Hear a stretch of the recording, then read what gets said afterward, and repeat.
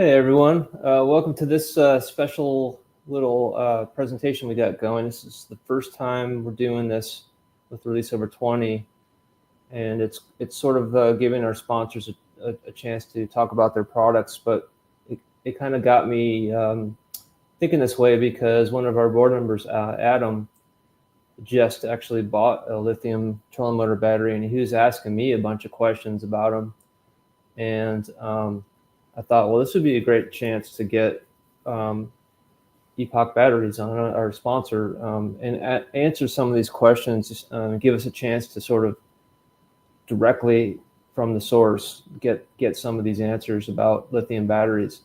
And I just want to say I have made the change about a year ago, and I do have an Epoch battery. I also have a Dakota Lithium in another boat. Not at all sponsored by Epoch, just had some people I know here in town become, I guess, ambassadors for them, and asked them about it, and took advantage of the Black Friday sale a year ago and never looked back. And man, I'm a huge advocate for lithium batteries and the trolling motors especially. And I'm not going to go into why, just because we're going to cover it in the broadcast. But if you have comments, please comment on whether you're on Facebook or YouTube. You can just comment on the chat, and we'll pop them up and get some of these answers. But in the meantime, I'm going to bring on our guest, Jim Sheldon. How's it going, Jim? How you doing, bud? Good. And I also have one of our board members, Carrie, on as well. Hey, Carrie. Hey guys. Hey Jim. Good to meet you. How you doing, Carrie? Doing good. Carrie is our sponsor coordinator, so it's actually good that y'all get to know each other. So Okay. Yeah.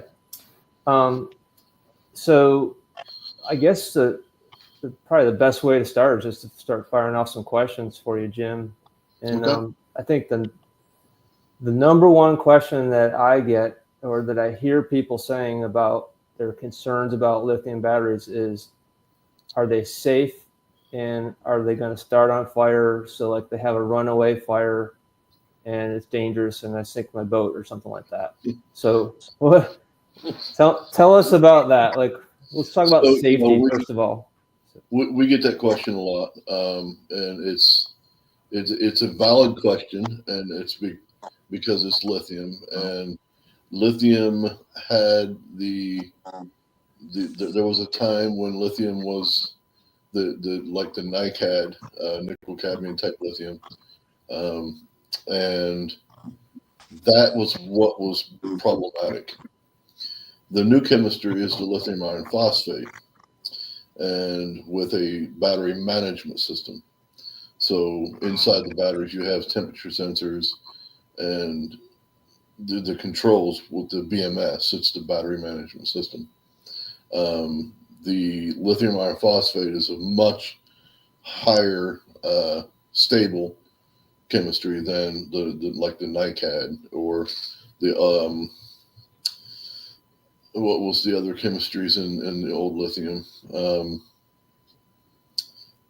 I can't remember. Yeah, it's so 30 years ago, yes, lithium, 30, 40 years ago, really, lithium had its problems, and that's where we got the bad rap as far as lithium. But because you hear lithium iron phosphate, everybody just tunes into the word lithium. So it's a much more stable chemistry.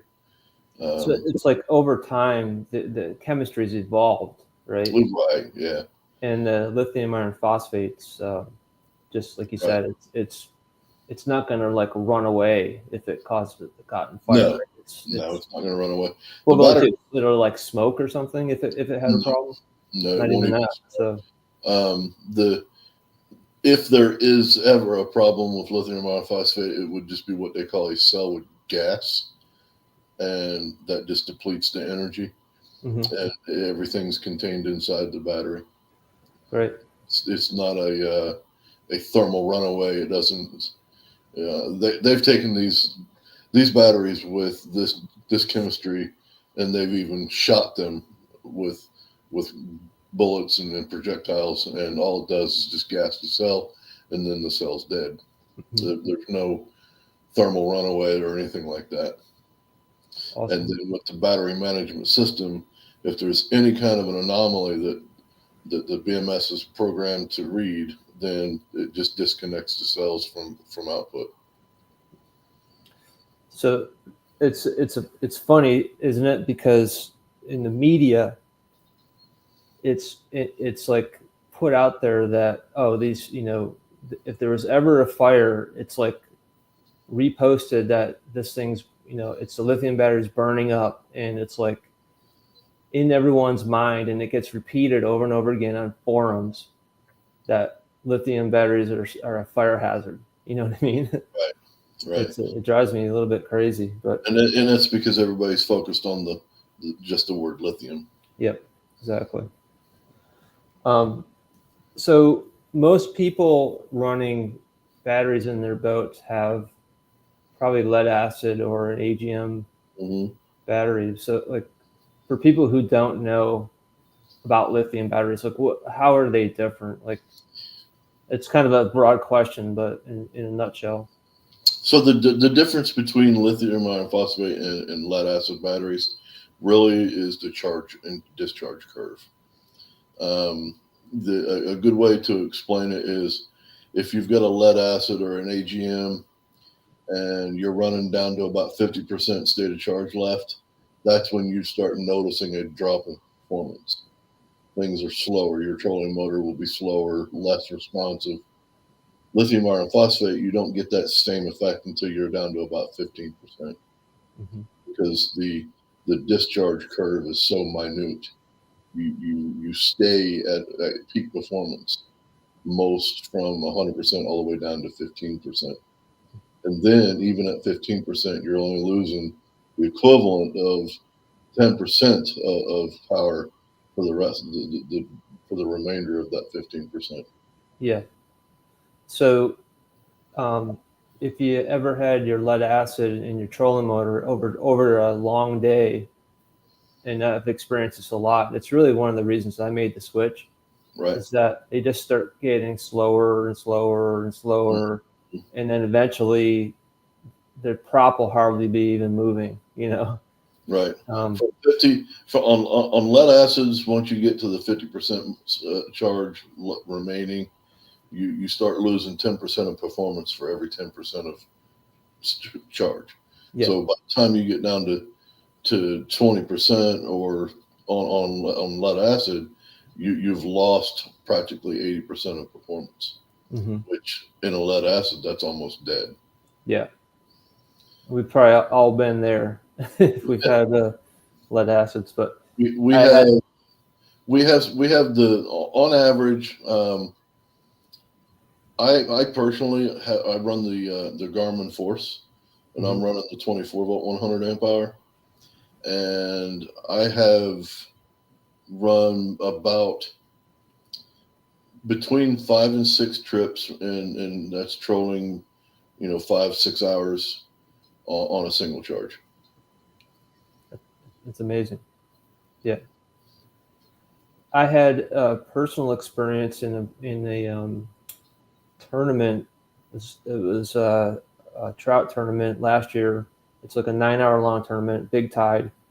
And I started with like 60%.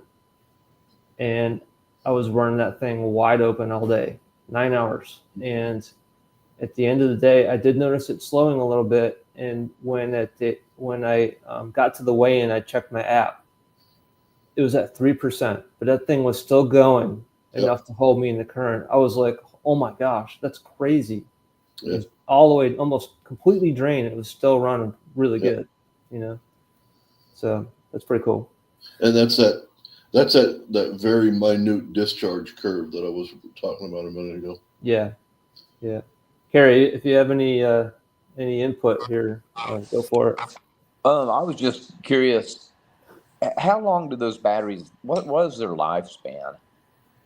So on average, I think let me see what the 36 volt, Because I know that we're gonna, 3,500. you buy what everybody else is running. Your batteries, if you get 3 years out of them, I just change mine out every 3 years because I know that one's gonna go dead. I got a 36-volt trolling motor, so I know as soon as one goes dead, you might as well just replace them all. Right. The 36-volt 100 amp hour is 3,500 charge cycles. That is from 100% down to 0%, 3,500 times. Wow. And if you do that every day, it will be about 11 years. Wow, that's incredible. That's really good. And so if you figure that most people will charge their battery back up and they're going to charge it at 50%, if you go out running, you run hard, like Dave said, he's going up Myrtle Beach in this tournament and it's 9 hours, you'll definitely get down to about 50%. So when you charge that from 50% back up to 100, you've used one half of one charge cycle. Interesting. I didn't know. Wasn't sure if like from any percent to another any percent was considered one charge cycle, but it's actually like the full range. Huh? Yeah, it's from 0 to 100% is one charge cycle. Interesting. So good to know. In theory, so I did the math on the one I put in my golf cart, and I just kind of averaged out what I normally run around on and everything on a day or a week, and I just kind of put the numbers together. And if I continued that same habit of driving around and running around, the battery would last 23 years. Incredible. When you hear that, a lot of people sort of balk at the price, right? Oh, but yeah. When you consider how long that lasts, it becomes kind of a no-brainer, Yeah. So how much do you think, Kerry? How much do you think you would spend on 3 12-volt AGMs for your trolling motor? About $600 probably, right? About what? Like about $600. Right. So just kind of add that $600 every 3 years. Yeah. And then so I'm going to be buying at least minimum. I'm going to be buying 3 times. Right. Yeah. And probably 3.5 times in reality compared to. So these batteries, as far as the charge cycles go, though, they don't hold the memory. So you can charge them at half. Mm-hmm. I mean, when they get down to half, you can charge them at half. I mean, yes, no, they don't. Plug mine in. Good question, and that's the old nickel cadmium type. Yeah. Lithium, it would develop a memory. So if you run it down to 50 and charge it, then that's what the battery would remember, and you'd be stuck. So, but no, it doesn't matter if you run it from 100 down to 10, charge it, 100 down to 80, charge it. It's just there. It's not going to develop a memory. Okay. I had a question coming in from a watcher. This is actually a couple questions, but does it require a special charger, or I don't know what a no-code charger is, but also, and this is one of the questions that I was going to cover as well, what's better if you have a 24 volt? Is it better to get 2 12s or 1 24? So on your question, the special charger, yes, it requires a charger that is rated for lithium. Most of your chargers will just say lithium, but if you read your owner's manual on it, it should say lithium includes lithium iron phosphate. The Noco Genius, because these batteries are 15 amp, you want a 15 amp charger, and because of the internal heating of the batteries, it really requires that. If you get the lower end of the Noco chargers, then you're doing with 10 amp bank or 5 amp banks, and that's not enough to run the internal heating. And as far as, is it better to do 2 12s versus 1 24? That really is in the person's decision making. And when you make the decision on that, a lot of folks will do 2 12-volt batteries. That way, if they lose their house bank, they can do a quick disconnect system and then tap off of 112-volt. But if you've got a really good cranking battery or a house battery, then it's always best to go with 124-volt, because these batteries all have a BMS. It's a battery management system, and I say it's always best because we don't know how everybody hooks their systems up. So if somebody ties off of one battery and you get two 12s tied together for 24-volt in series, and you tap off of one, then you can cause, over long periods of time, you can cause balance issue, which means you're just going to have to charge each 12-volt battery up independently to 100% to put them back on an even keel with each other so that they discharge together. Is it true that if you, let's say you were running like its own circuit, just a 24-volt trolling motor, and you had some kind of issue with one of the 12s, that it would shut the whole thing off? Well, it will, because your trolling motor, if you're running a 24-volt trolling motor and one battery goes down, then you've got 12 volts, and that's not going to be enough to power your trolling motor. Yeah. When I was before I met you and was kind of looking into lithiums, I had that feedback from a local sort of marine dealer. He said it's always better to get, like, if you have a 36-volt, go with one 36-volt battery or 24-volt instead of like stringing together a bunch of 12s. Do you agree with that, or? Oh yeah, no, it's always best to run a 24 or 36-volt. I mean, it's just it covers you for performance. You don't have to worry about balance issues or charging independently. So most everybody that we deal with or we talk to and make recommendations on, we just say find yourself a good solid cranking battery, and then go with the 24 or the 36-volt for your trolling motor. Yeah. Cool. And it takes up less space. Right. So talk about weight. Like, do you know what's the weight of like 3 12-volt lead acids versus like one 36-volt? So 12-volt lead acids, I think, are well, that is 60. No, that's the 8-volt. Let me see here. The average 12-volt lead acid.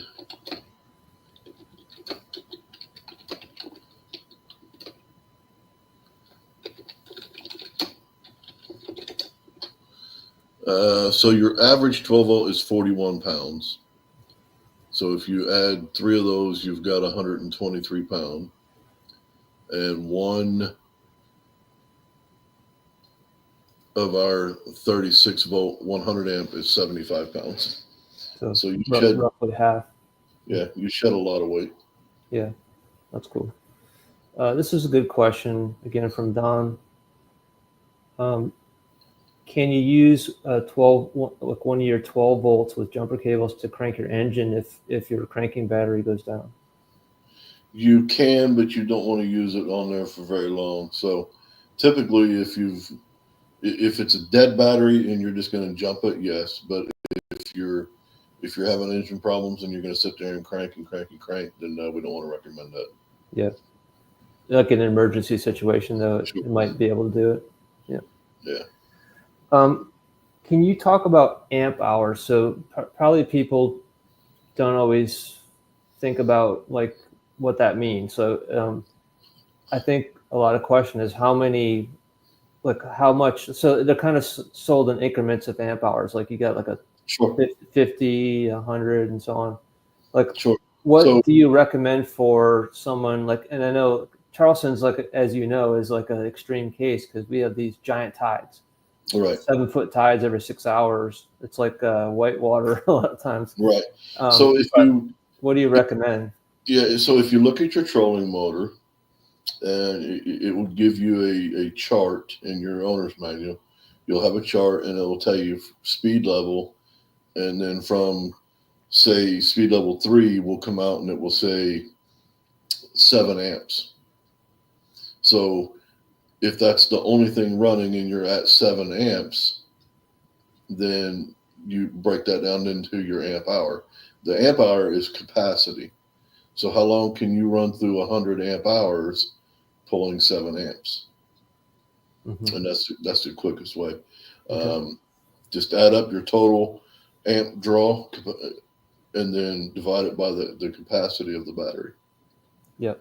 And So that will tell you. probably people don't need as much as they think. All right. No, they don't. Yeah. However, like you said, it's really nice to have a lot because then you don't have to worry about it, and you Right. don't necessarily even have to charge after each trip. Right. No, you don't have Just to. my own personal experience in Charleston, several times I've been out fishing for 10 hours, starting at 100, and get back, and I'm still at 65 or 70% state of charge. Right. So, in my little boat, I have a 60 amp hour, and I've never run that thing out in a single day. I charge it before every trip, but I think it's good rule of thumb. Like, you want probably at least 50, but it'd be nice to have 100, right? Right. Yeah. And if most trolling motors on average, um, they're minimal until you get up around speed levels 5 and higher. Mm-hmm. So if you're pulling 3 amps per hour, or 3 amps, a steady 3 amps, and you've got a 100 amp hour capacity, that would let you run for 33 hours nonstop. Pretty awesome. Okay. Um, what what do you recommend in terms of, like, you mentioned that there's not a memory, like, but is it like, should you be running between any certain range of state of charge, or does it matter? Like, should I always be going from 100 down to 0, or is it bad to be always going from like 100 only down to 70 every time, or should I like start at 70 and go to 40? Does it matter with lifetime? It's not gonna affect it at all. The biggest thing that the biggest takeaway from that, I would say, is know your routine, know your habits, and if you're going to go out, like if you're on vacation, you're going to go fishing every single day, then sure, you want to run it back up to 100% at the end, at the end of each night, because who's to say, you like me personally, okay, I'm just going to throw the boat in and go fishing for a few hours. 9 hours later, I'm coming back. So if that is kind of like it's the unknown, right? Yeah. So Well, if you want to, it's the thing of always be prepared, right? yeah. So if you don't know how long you're going to be, you take it out and you run it down to 50%, and then you're like, I'm only going to fish for a couple hours tomorrow, but then you're out there for 9 hours, then you want that extra capacity. Yeah. Not have to worry about it. Right. But no, it's not going to develop a memory. You're not going to have any. There's no shoulds or should nots when it comes to how much do you run it down before you charge it. It's not going to come into. It's not going to have any effect. Interesting. And it doesn't affect the lifetime at all? No. I learned something new myself. So you can run that on a trickle charger. So, like, I mean, is it a trickle charger? So when I'm in the habit of, when I come in, first thing I do after I'll go fishing is I plug my batteries back in. Mm-hmm. Would you still do that same thing, or do you? No, you wouldn't need to. So you just have to remember every third or fourth trip just to plug it Sure. in. Okay. Sure. Yeah, there's no need for a trickle charge, and as a matter of fact, most trickle chargers, I think, run about 2 amps, and the minimum to run these up with a charge is 5 amps. So Okay. trickle chargers are not even won't even work. Yeah, no, they're So there's not a trickle charge, unlike the charging system that you would use to charge those batteries. There's no such thing as like a 5 amp trickle charge. well, there is such a thing as 5 amp. Um, the thing about it, and I'm going to use this as a reference. The last 4 or 5 days we've had some pretty cold temperatures.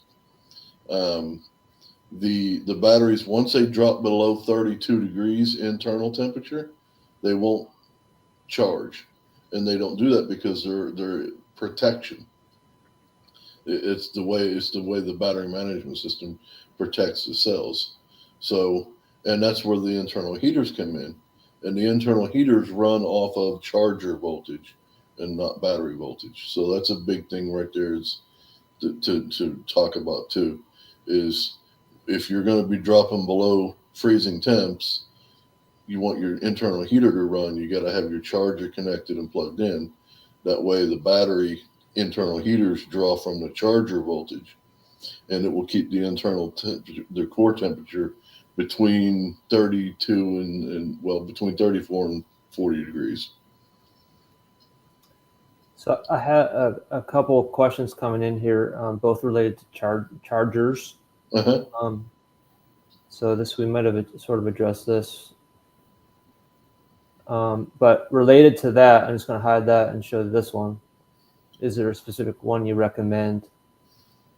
Well, we recommend our chargers because they're designed for the batteries specifically, and they're a 15 amp charger. Most of your NOCO chargers are going to be 10 amp, and a lot of the NOCO chargers that are 10 amp banks don't play well because they're designed to charge off of 15 amp.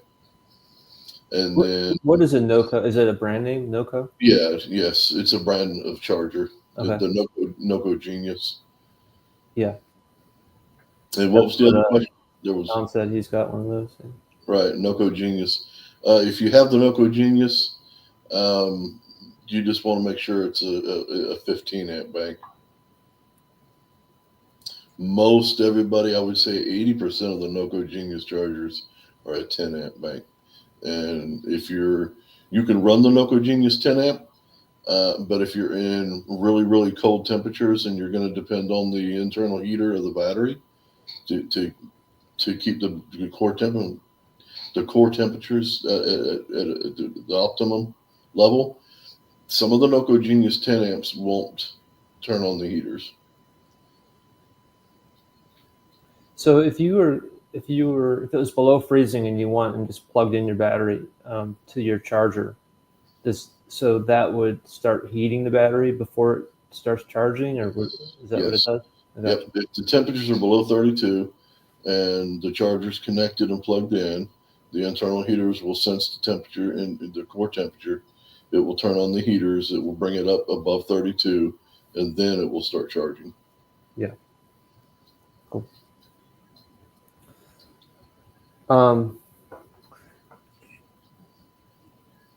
So can you just talk more about the what is the BMS? That question comes up a lot. So the BMS, battery management system, is really a computer that sits on top of the cells, and it monitors everything inside the battery. It monitors the temperature, it monitors the charge, the discharge, it calculates the cell capacity for charge ratio. It really is just a computer that sits in on top of the battery, and it manages all the parameters of the design with your charge, discharge, temperatures, voltage output, voltage input. It protects it from surge. It protects it if you've got a bad connection. If there's an over voltage, then the BMS disconnects the cells to protect them and not damage the cells. If the BMS shuts it off for whatever reason, how do you get it back? So if the battery disconnects for whatever reason, you'll see that representative by a 0% state of charge. On the app, you would see 0%, but you would also still see adequate voltage. And that tells you that the BMS is disconnected to cell. And it can do that for over voltage, under voltage. If you got a connection crossed, and that's another advantage to the BMS, is you can cross the connections, you can get them backwards, and the battery just won't turn on. If you do that to lead acid, I'm sure you understand what would happen. Yes. I was hoping to show everyone like my current state of charge, but I'm a little too far away from my Bluetooth. I'm like probably about 80 feet away from my boat. But you can actually see the voltage and the state, the health of every little cell in the battery through the app, which is pretty neat. Can you pull it? Are you able to pull it up? Yeah, I'm going to pull up mine. I don't know if you want me to do a screen share or if it's I think we can see it. Move it a little bit. Yeah, there you go. Right. So that is the app. And you can see I'm running 2 different batteries. So on the app, I've got one that needs charged, and then one that's my trolling motor battery. So it'll tell you here the parameters, and then right in here it will tell you what the state of charge is. It gives you your voltage and amp draw. And then if you go to the cells tab, you can read what voltage is on each cell, what the temperature is. I don't know if I need to get closer. Yeah, okay, that's better, isn't it? Yeah. So it tells you what the temperature is on each cell. And then you can, if it's an essentials battery at the bottom, your charge MOS and discharge MOS, that's how you turn those batteries off. But it tells you at the top, it gives you what your average voltage is, the voltage high, voltage low, what the difference. So those are all just monitoring, and that's another feature you have that you don't have with the AGMs. So a lot of folks will they'll have their trolling motor for 5-6 years, and the motor in it will start going bad, and it'll start pulling more amperage and everything, and they'll get the battery and the lead acid, it will draw it down pretty quick. So with this app, you can see in real time how many amps you're drawing. So if your trolling motor in your owner's manual says that you should be pulling 3 amps at speed level 3, and I don't know, that's just a hypothetical number, and you're actually pulling like 9 amps, then that's an indicator that you can use that app as a troubleshooting guide for your motor to say, okay, something's going on with my motor. I'm only on speed 3, and I should not be pulling 9 amps. That's really pretty interesting. Yeah. So what do you guys charge for the app? Oh, it's free. I teed that one up for you. It's pretty cool. That's Bluetooth. Yep. The Bluetooth transmitter and app just come with the battery. And I think people who are shopping for lithium batteries, like they may assume that that's always the case, but it's not. Like I mentioned at the beginning of the show, I have a Dakota Lithium, a little 60 amp hour that's in my my little whaler. It doesn't have an app, it doesn't have Bluetooth. Right. And you can get something called a Smart Shunt, and it's like $150. Yeah. And it comes with an app. But I bought one of those, added cost, something you maybe didn't plan on, and it failed. Like it got confused and it didn't work right. I ended up taking it right off.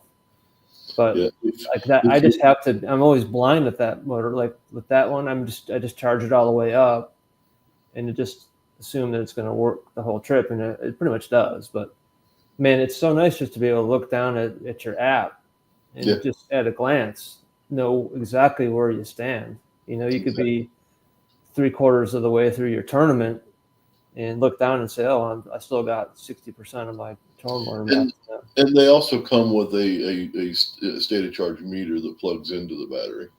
Yes, I don't use mine on that, but it's like a little bar gauge, you know. It's right? it's a 10 segment bar meter, and you can safely assume that if you've got 5 bars left, you're at 50%.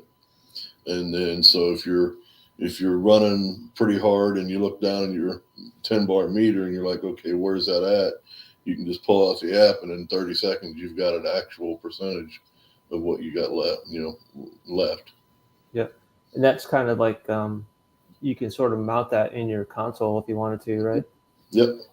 You can mount it in the console.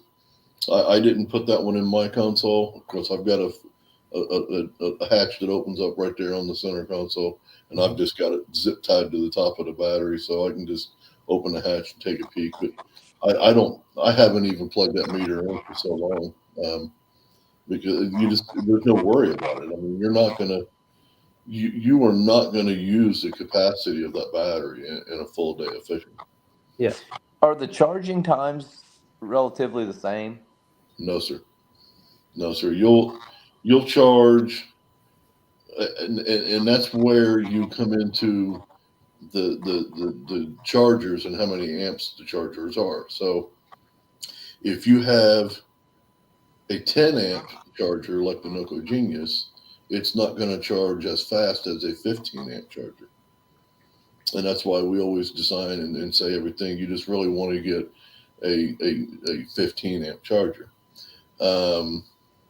If you have, like, I'd say 40. So, Carol, I'll ask you the question. On your lead acids, let's say they're a couple years old and you've run out hard pretty much all day long. How long would it take your lead acids to charge up? Looks like he might be frozen up. Oh, I think he is. Yeah. So if it takes like 6 or 8 hours or something like that. It would take about 8 to 10 hours on average. Yeah. And if you've got the 3600 amp hour and you're charging with 15 amps, it will charge back up to 100% in about 4 hours. Yeah. I've experienced that as well. It's pretty fast. Like, so like, what do you think separates Epoch from your competition? What separates us from the competition is one thing you pointed out, is the app. And if other batteries can have the app, but do they have the features in the app? And when you see the app and they don't have the same features, that means the internal components of the battery are not as developed. Like the design of like the electronics, like the BMS. Right, the design of the electronics. Some apps with some manufacturers will give you a percentage state of charge. Mm-hmm. That's great. But what is the temperature of the cell? So you can look at our app and you can see all of the core temperature of the battery. You can see the real-time amp draw of the battery. So the more features in the app means the more features in the battery means better quality. Mm-hmm. So I just pulled up here just an example of what some of the products look like. So I would agree with you on that, but I would also say just the construction quality of these things. Really the other things that stand out is if you're searching, you want to make sure that it's grade A cells. Not all manufacturers use grade A cells. Grade A prismatic cell. Personally, I'm not going to say anything about any other manufacturer because that's just not my place. But if they're using a cylindrical cell, then that's not good. Prismatic grade A cells are the best you can get. So this is the one I have, the 24 volt, 100 amp hour, but Is you that the 20? Okay. I thought you had the 36 volt. no, I got a 24. Okay. But the way it's built, it's just solid. Like, I don't know how to explain it, but you look at some and they just don't look like they have as like solid construction as these ones do, I think. And you also want to look at waterproof rating too, and you can look up the. Oh, I didn't even think about that. You can Google the IP67, and you can Google the IP waterproof rating, and see. Okay. And IP67 is what all these are, and that's pretty much sealed tight. They can be submersed up to 1 meter for I think it's an hour, and it won't even affect them. Cool. Do you want to talk a little bit about your? So there was a question that popped up about somebody having a 24 volt. Yeah, I think he just said, Scotty said it's on his list to get one. Oh, okay. Well, grab one now, Scotty. You got the Black Friday sale. Yeah, well, let's talk about that. So I took advantage of that Black Friday sale. It's still going on until what, the 10th, right? That's what the homepage shows. I like to be factual. Black Friday sale right now is running through December 10th. And not only is that 15% off, it's also free shipping. That's important. That is, because that can save. So if you're looking at the 20, Scotty, I think you said you're looking for the 24 volt. So if you're looking for the 24 volt, let me see what they got that on there. The 24 volt 100 amp hour is $9.99, so take 15% off of that. Birthday is Tuesday. Have the better. So you should have the better half watching with us tonight. All right. So yeah, that battery would probably, I think, is right around between $50 and $60 shipping. So you're taking 15% off $9.99, and then saving on the shipping. That's a good deal. I think Adam took advantage of that the other day. So I think we've covered almost everything, but I wanted to talk a little bit, if you don't mind, about your dual purpose. So this is a newer product for you too. Like you can use it as a starting battery and also a deep cycle. Right. We have two dual purpose deep cycle cranking batteries. One is a 12 volt 120 amp. How much is a 24 volt charger? The 24 volt chargers, I think, are $129, and they are also IP67 rating, so you can mount them in your boat. I'll jump back over there in a minute, Dave. What I did is I just took a 120 adapter and mounted it right in the console of my helm, and I mounted the charger and the battery and everything right underneath. So when I back in the garage, all I do is just take an extension cord, plug it into the helm, and it charges up. That's exactly what I did too. Yeah. Just plug in the side of my console, and that's it. So the dual purpose, we have two dual purpose deep cycle cranking batteries. They're both 12 volt. One's 120 amp hour, and the other one's 300 amp hour. And that you can pretty much match up with the same ratio, or in the same apples and orange comparisons. How long are you going to go through on a cranking battery? You're running about 3 years on average with them, and so it's right back to the same thing with the warranty, 11 years on it. The 12 volt 120 it's a group 27 size battery, and it has 6,000 charge cycles. So that battery can deplete from 100% down to 0% 6,000 times. Wow. Or you charge it from dead to 100% 6,000 times. Mm-hmm. So, can you address the many issues that people have had with lithiums for starting batteries? Like how does your product like deal with it? So, just if you don't mind, I'll give you my personal experience, not with your product, with one of your competition's products. Dual purpose lithium battery. I put it in my little whaler with the Tohatsu, and it was great to start. Like, it started up nice and everything was great as long as it had a load on it.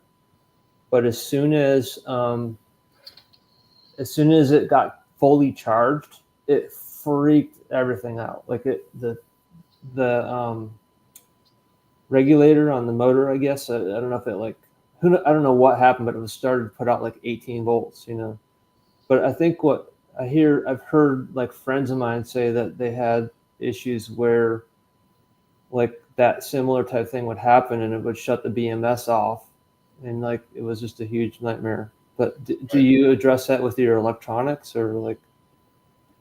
So the cranking batteries, because of the BMS, they don't fare well with stator type charging systems. Okay.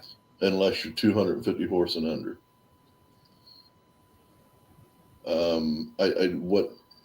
What cranking battery did you have? It was a 60 amp hour for on a 30 horse motor.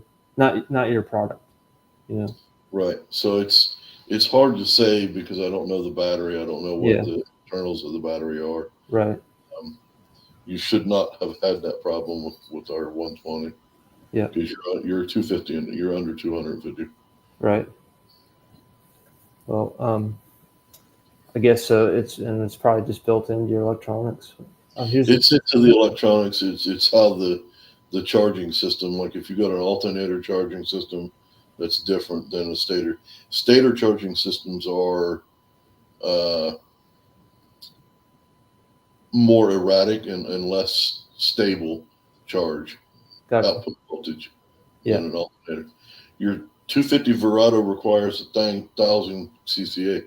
So the dual purpose we have, the 120 amp is 1,100, is the equivalent of 1,100 cold cranking amps. Nice. So here's a big question coming in, okay?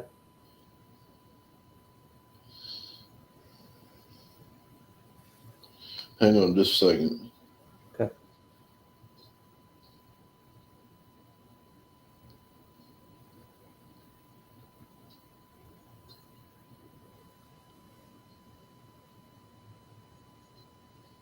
Is Kevin on there? Do you see him? He's not. So, all right, let's see. I'm using a power pole charge. I have a 36 volt lithium battery, petroleum motor battery. The charger is tied to the 12 volt lead of an lead acid, which is my house battery. The cranking battery is also lead acid. If I run into a scenario on my cranking battery being weak, can I switch my battery, emergency switch over? Puts two 12 volt lead acid in parallel. I'd like to eliminate all the lead acid batteries. I have a 300 Yamaha, which requires 1,000 MCA, and so It's putting you on the spot, isn't it? no, I'm trying the to power pole charge, isn't that's like a DC charger, right? So isn't that what that is? So like when you're running your motor, it's recharging everything. Let me mute for a second. And okay. Kevin, I'm trying to get Kevin to join in. I don't know if he has the right link. Hang on. Okay. Patrick, hold your thought. I'll try to get your answer for you.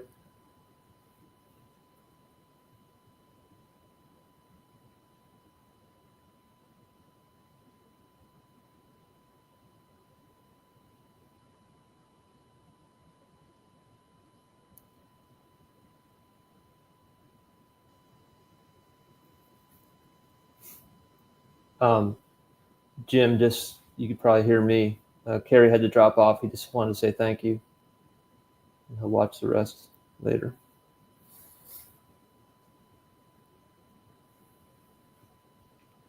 Well, I hope this has been informative for people. I'm going to answer some of these questions, hopefully, and wrap up pretty soon. But like I said, I've been a huge proponent of these. For me, it's like I had some people that I know and trust say, just go lithium and you'll never go back. And when I did, I totally agree with them now. I know it is kind of a lot of money up front for people, but it's, I think it's worth it. Like for me, it's more about the peace of mind of not running out of juice when I'm spending the day on the water. Like that's always my worst nightmare is like my trip getting screwed up because something went wrong. And I had so many days where I just my lead acid batteries just failed me, and I was down to just have to stop fishing and go in because my stupid batteries died. And for me to not have to even worry about that with this 100 amp hour Epoch battery I have now, man, it's worth every penny to me just for that alone. So just my own experience. Like I said, I sound like I'm an ambassador for the company, but I'm not. I'm just a happy customer. So.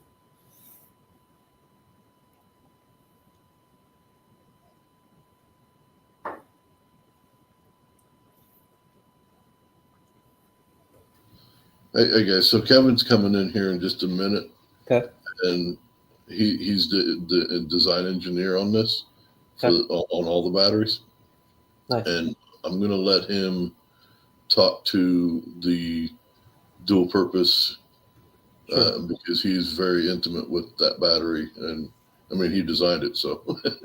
Nice. While we're waiting for him, can you inform people a little bit about these DC chargers? Like, so, I mean, from what I hear, and I don't have one of these myself, so I don't know much about them, but if you buy one of these things, like while you're running from spot A to spot B, it's actually charging your batteries up. So you almost never even have to charge them, right? Is that kind of how it works? I lost my volume here. Hang on just a second. Okay. Did you miss what I said there? Oh, I can't hear you now. Yeah.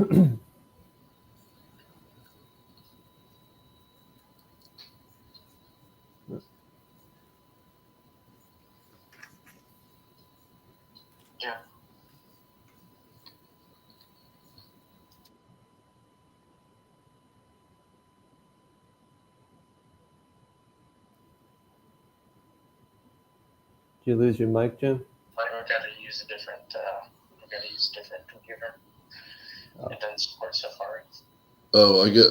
Can you hear me now? I can hear you now. Yeah. Okay. He's trying to come in. I guess Safari or I guess StreamYard doesn't support Safari. Oh. It says Chrome, Firefox are out there. Not sure. So I'm using Chrome. Yeah, he's gonna have to get on his computer. Okay. Yeah.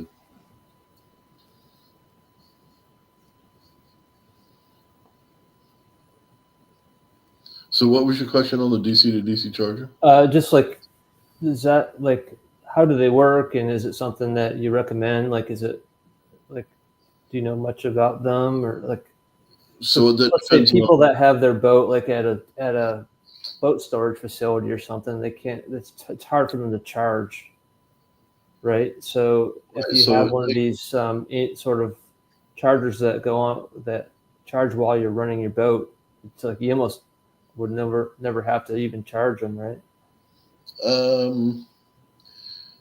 So you can do that, yes, but the practicality of it is in my opinion, it's kind of a moot point. I mean, you're if you're running the cranking battery for your Gotcha. motor, then the motor's charging the battery while you run.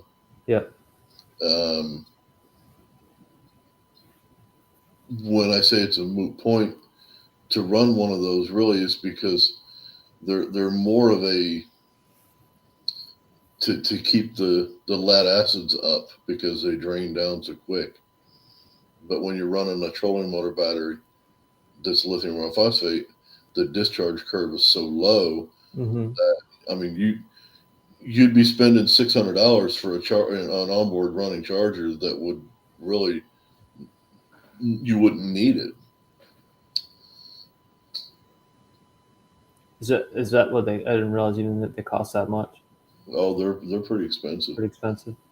Yeah. I think that power pole charge that Patrick has is pretty smart. Like I think it distributes its voltage, like not voltage, but it's like charging smartly depending on like what's needed or something. I would have to pull up the specs on that charger and see what they are. I really don't know anything about them either, but I've heard they're pretty cool. What is the? It's called the power. It's called the power pole charge.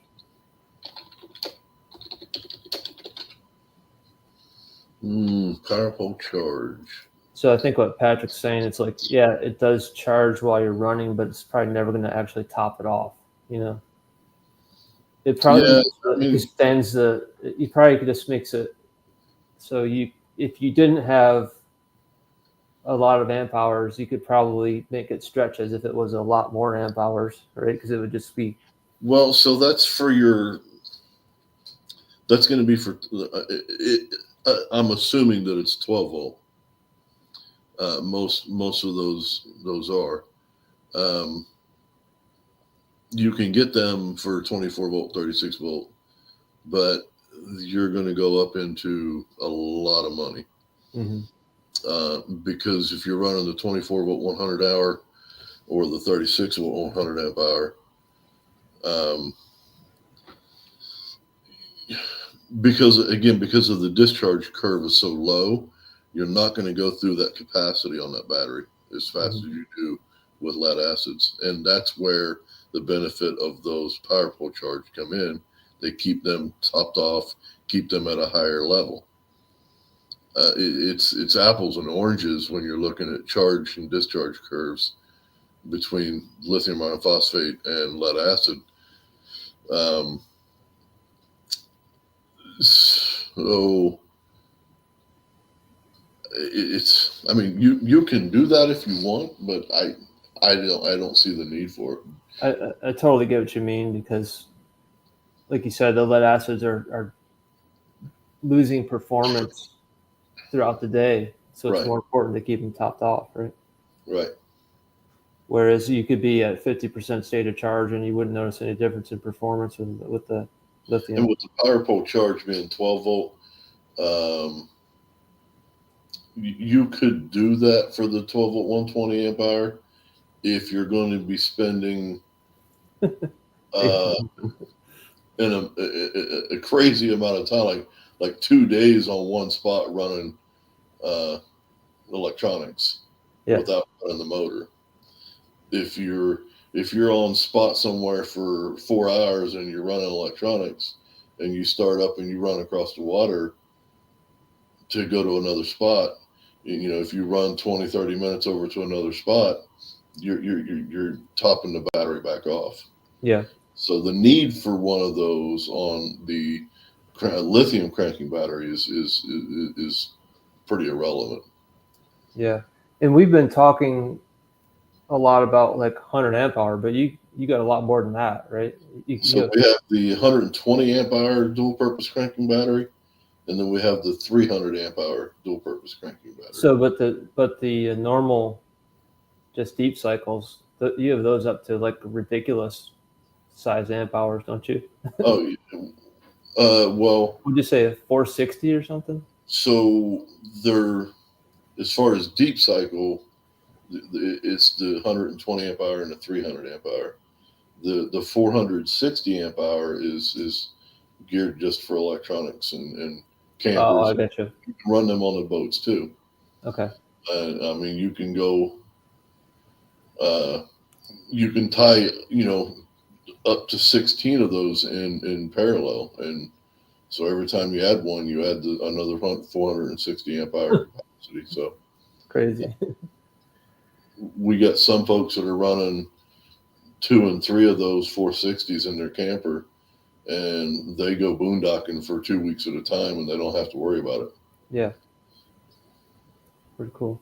And they're running air conditioners and microwaves and everything else. Mm-hmm. Well, we've been on for an hour, so do you think we'll get Kevin, or should we? Let me see if I can get him. Let me see if he's coming in yet. He had to get his computer fired up. Okay. Oh, there he is.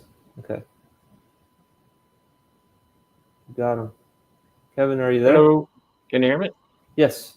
Thanks for joining. Awesome. Yeah, sorry about that. I tried on MacBook. It said Safari wasn't supported. And then I come over here and camera access isn't working out. But yeah, regardless of that, I'd be glad to answer any questions y'all have. Okay. Well, we had a very specific question, and I'll throw it up here. It's kind of a paragraph here, but if you wouldn't mind checking it out. Okay. I'm using the powerful charge. I have a 36-volt lithium 12-watt battery. Trigger's 10 to 12-volt finance battery, which is my house battery. To a scenario.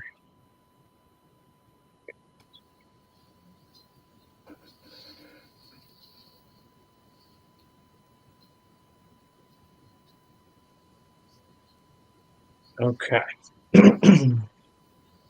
All right. So yeah, there's quite a bit going on here. All right, let's see. So yeah, first of all, the power pole charge. We can talk about that for a moment, and then we can get into the cranking battery there. So the power pole charge is capable of charging both your health bank and starting battery simultaneously, and it can scale up to 36 volts. It is on the pricier side, as anyone who owns one will attest. Yeah. But it does have an app that lets you manage how the current is shared between your starting battery and house batteries, or trolling motor batteries in this case. So when it comes to the starting battery specifically, and I guess this is where we can introduce the dual purpose unit. Like our 12-volt 120 amp hour battery, for example, is going to have enough cranking current for his application specifically, needing the 1100 cold cranking amp. So that's what the 120 amp hour battery provides, is exactly that. Cold cranking amps is a little bit different.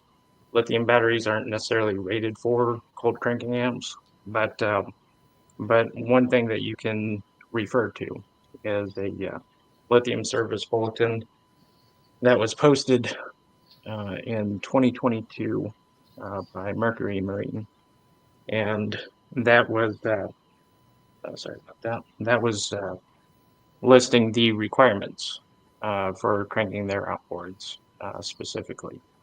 And that 120 amp hour battery that we have was designed to meet those exact specifications.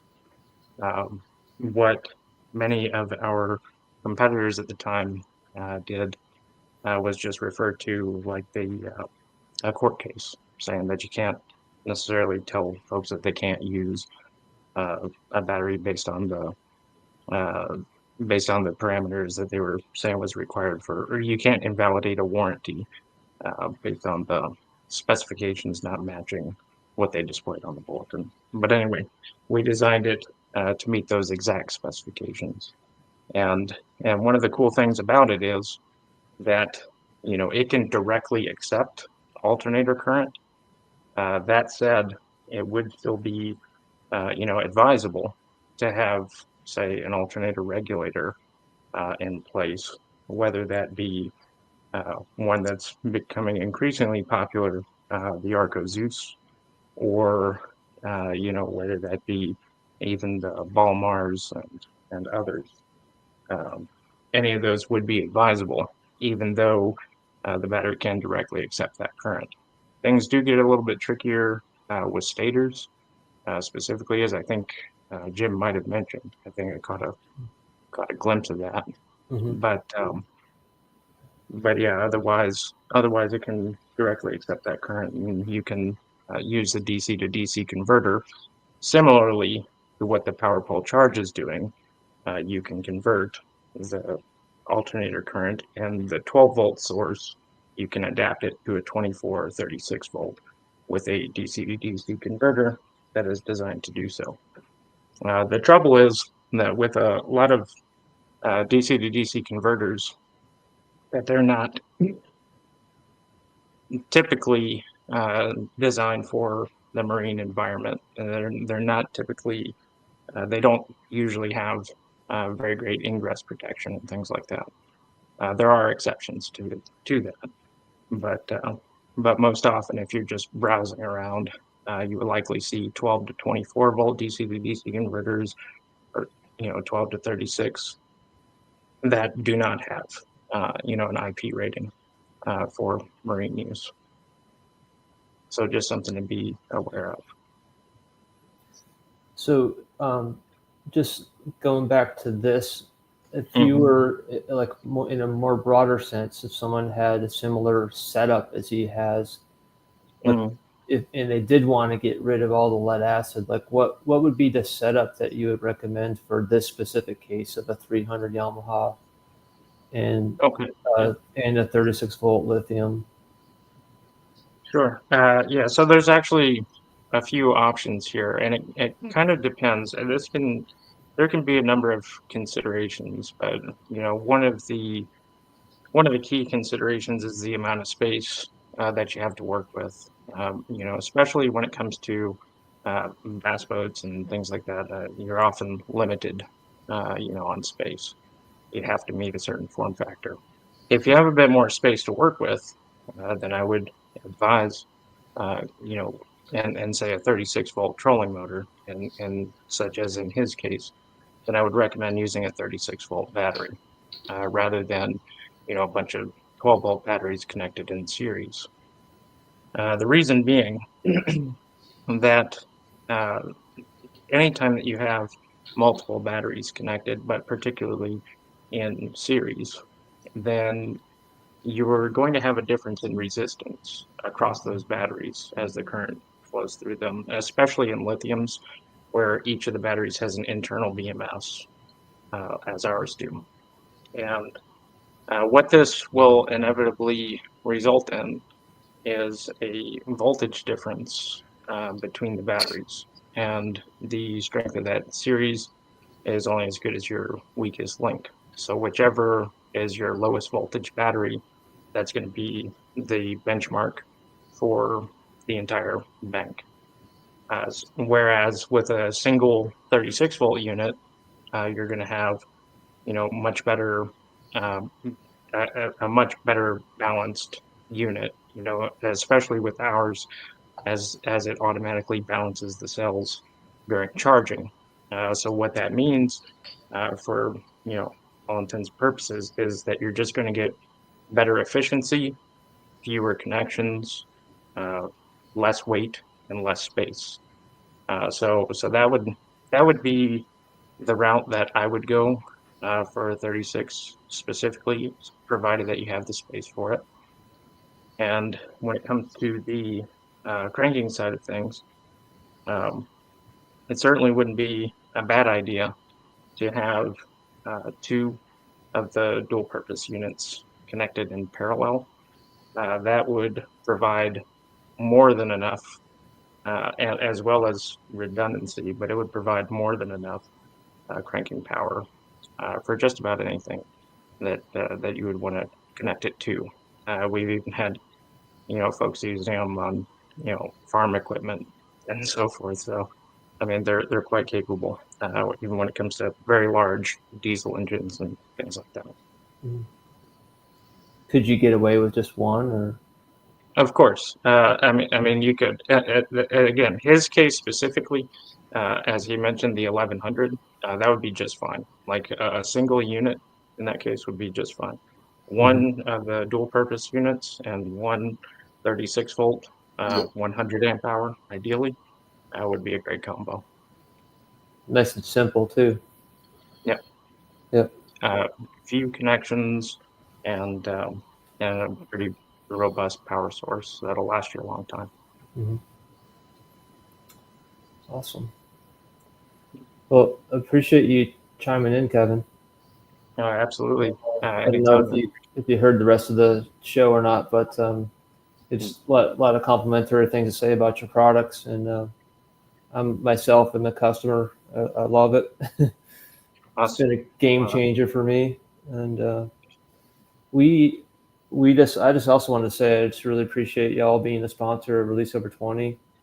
Mm. And if people didn't know, if you don't get a chance to take advantage of um, the Black Friday sale that goes another 2 days, that's 15% off.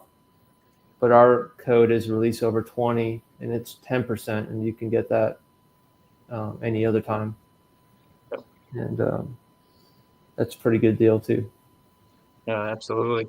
So, And certainly appreciate everything that you guys do as well. I appreciate you inviting us out to this. of course, Apologies for the delay in hopping in here. I didn't want to interrupt you guys early on. it's all good. We're just we appreciate your chiming in with your knowledge, and Anytime. I've had a bunch of people just saying, stuff like great information. You covered everything, every question I had, and stuff like that. So, Awesome. I think hopefully, so this will be long term on our YouTube channel and our Facebook page. So, Does anybody have any other questions? yeah, if any other questions, bring them in now. But otherwise, people Google searching on YouTube, we're going to hopefully come across this video and get a lot of their questions answered, which is, I think, a good public service thing too.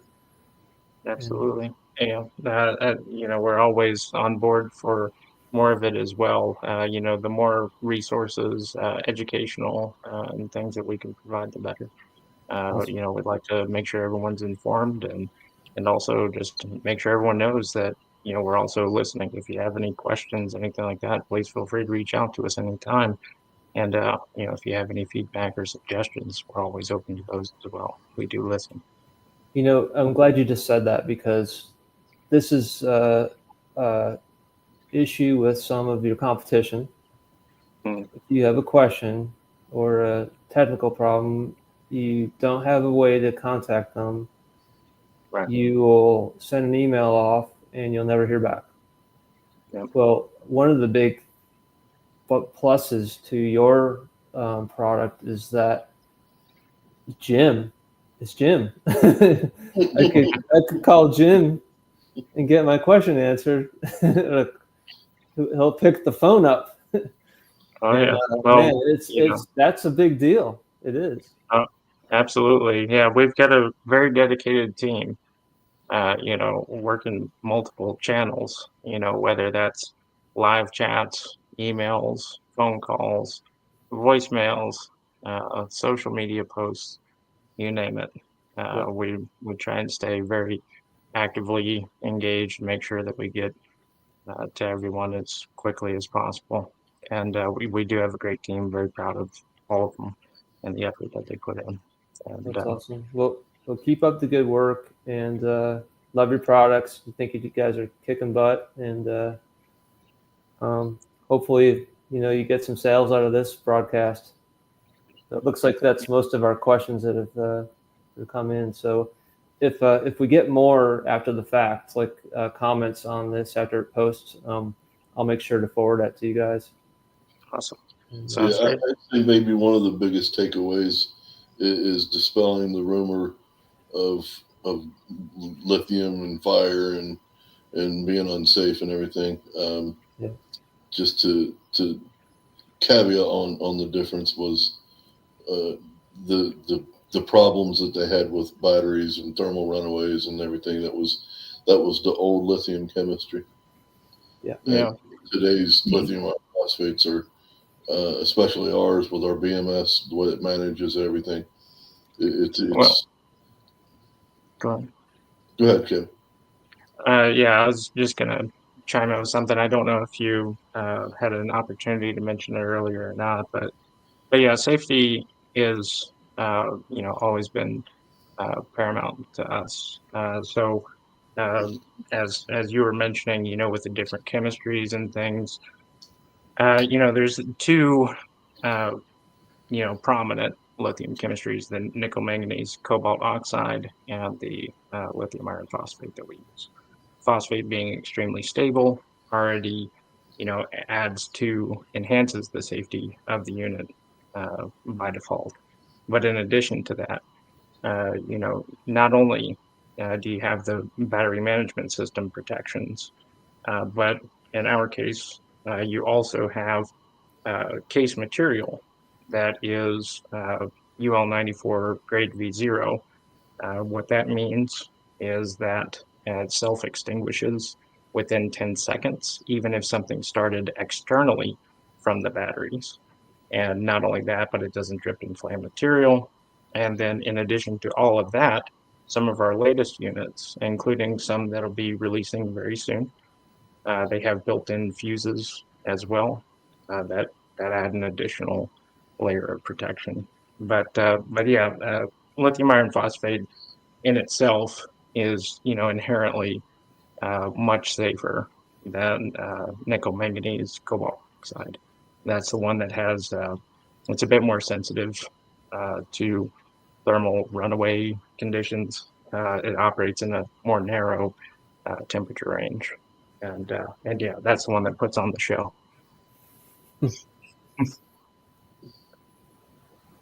Yeah, I feel like there's just been so much misinformation out there, so it's good to There is. sort of address it. 100%. All right, guys. Well, thank you so much. Okay. And And, anytime, thanks again. Like I said, I'll let you know if we have any other questions come in. Okay. Sounds No great. worries. But Appreciate you your get time and have a good night. Okay. all right. Thank you. You too. Yeah. All right. Bye. Bye.